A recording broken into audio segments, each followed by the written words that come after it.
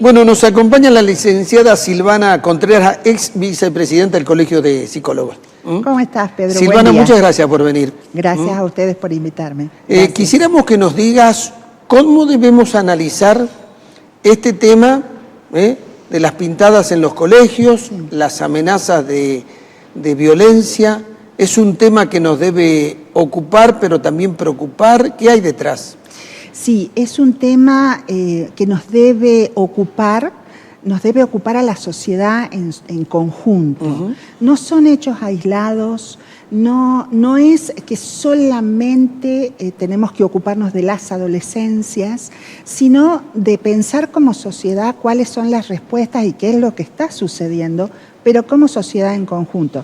Fíjate, Pedro, que no es un fenómeno solamente de Tucumán ni de Argentina, es un fenómeno global.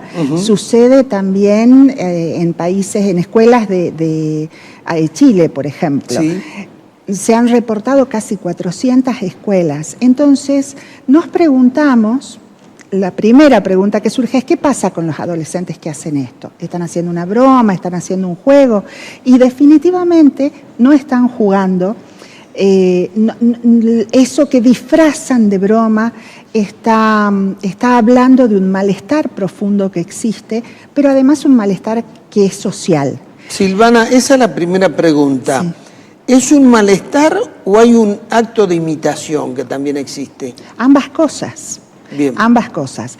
Revela un malestar social porque hay un lenguaje que se ha habilitado desde la violencia y pensemos en los discursos de políticos, sí. El lenguaje que hoy está instalado discursivamente en relación a cómo ofender o cómo agredir o cómo eliminar al enemigo. ¿Sí? Al supuesto enemigo, esta definición de enemigo que está instalada en nuestra sociedad desde políticos, desde personas, desde adultos de responsabilidad, tiene un impacto sobre las adolescencias que tienen una tendencia a la imitación porque necesitan estar en grupos para lograr su identidad. Están en medio de un proceso de desarrollo identitario, entonces lo hacen fundamentalmente con grupos. Bien, está muy interesante lo que vos decís. Sí. En un programa anterior decía que los antropólogos explican que no nacimos para ser personas éticas, buenas personas, sino para pertenecer a un grupo.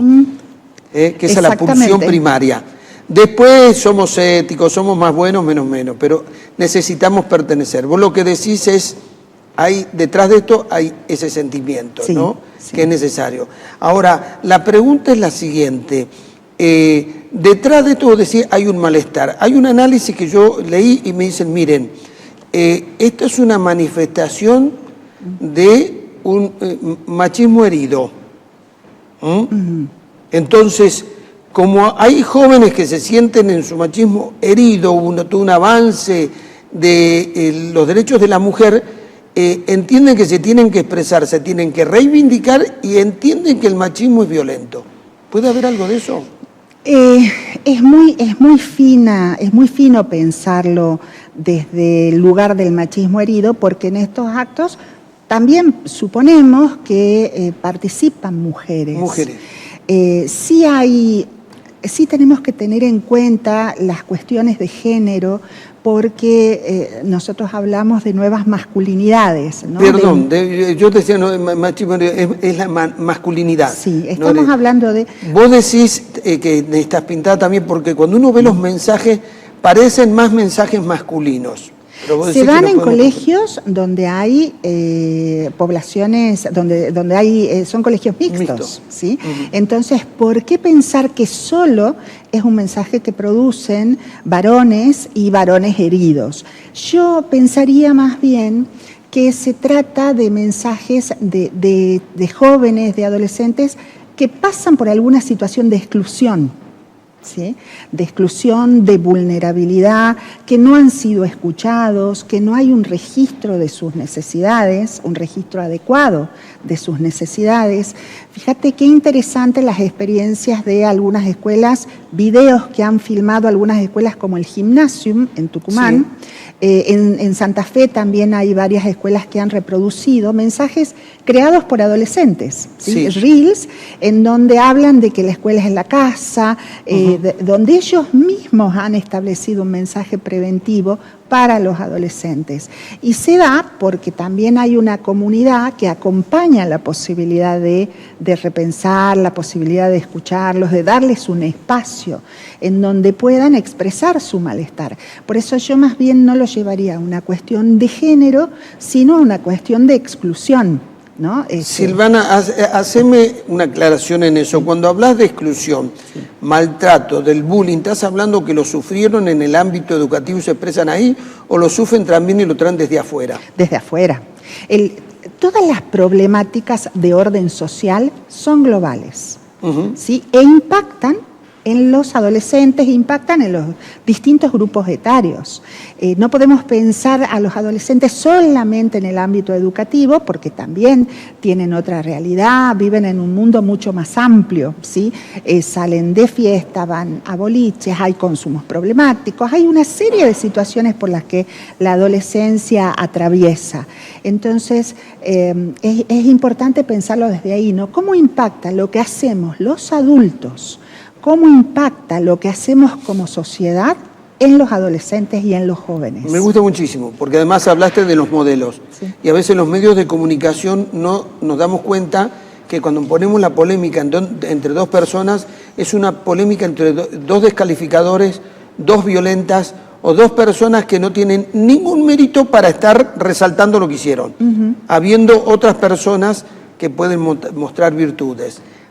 Sí, tal cual, así es. Los medios de comunicación también son parte de nuestra sociedad y van reflejando, bueno, entiendo que hay algunas cosas que generan mayor interés, o algún enfoque que genera mayor interés, que además es producto también, comienza este fenómeno a partir de un modo de ver el mundo distinto con el neocapitalismo, ¿no? Bien. Entonces los medios reflejan eso, pero qué interesante que también en este caso vos que nos convocás a hablar de esto y otros periodistas que también se han interesado por entender el fenómeno, por darle una comprensión a lo que está sucediendo, creo que eso es lo importante. Eso hace un periodismo diferente, ¿no? Bien. Silvana, si vos me decís que los chicos lo que están expresando es un malestar general de la sociedad, ¿qué puede hacer la escuela? Porque vos vas a trabajar sobre el chico, pero la realidad va a seguir siendo las mismas. No va a ser la misma. Yo soy altamente optimista en esto, ¿no? Tengo una visión esperanzadora y en esto coincido con la ministra de Educación. A mí me parece que no es, vos decías al principio, que es a largo plazo. Y yo creo que no es a largo plazo. Cuando uno les da a los adolescentes la posibilidad de la palabra, cuando uno verdaderamente hace el esfuerzo por entender, por escuchar, porque nosotros decimos yo escucho a los adolescentes, los estoy entendiendo, estoy comprendiendo lo que a ellos les pasa, ese es nuestro esfuerzo como adultos. Y cuando tienen ese espacio de reflexión, son muy creativos, realmente nos sorprenden con sus acciones, son muy solidarios, porque justamente actúan en grupo. En grupo y se desarrollan estos talentos y estas habilidades en ellos. Además, entonces, claro, lo que vos decís es, sacan a relucir sus talentos, los otros imitan, se contagian, entonces se arma todo un clima. A partir de sentirse escuchados y entendidos. Decía mi madre, no es lo mismo escuchar que oír. Obviamente. Sí. Entonces, el esfuerzo de los adultos tiene que ser eso. Más que una respuesta, lo primero que nos surge frente al miedo es una respuesta punitiva. Y lo que producen los adolescentes es el deseo de transgredir aún más. Si nosotros los escuchamos, lo que a ellos les está pasando tiene un canal de expresión, de verbalización, y eso evita la violencia. Ahí me gustaría hacerte una aclaración, porque lo decía en el editorial. Está muy bien el planteo, yo coincido, pero fíjate que cuando vos sos gobernador, si no tomas medidas punitivas, no sabes cómo cortas esto. O sea, trabajo con una urgencia. A ver, Sí. si no mandás la policía, no decís, mire, estamos controlando, vos hasta que generás ese canal de diálogo, esa empatía, esa escucha de los jóvenes, bueno, lleva un tiempo. Y también hay que pensar en qué efectos genera la presencia policial en las escuelas, ¿no? ¿Qué efectos generan los adolescentes? En tu concepción seguramente, claro, es negativa, para otros dice es disuasivo, frena algunas conductas. Es tranquilizador. Más que disuasivo, es tranquilizador.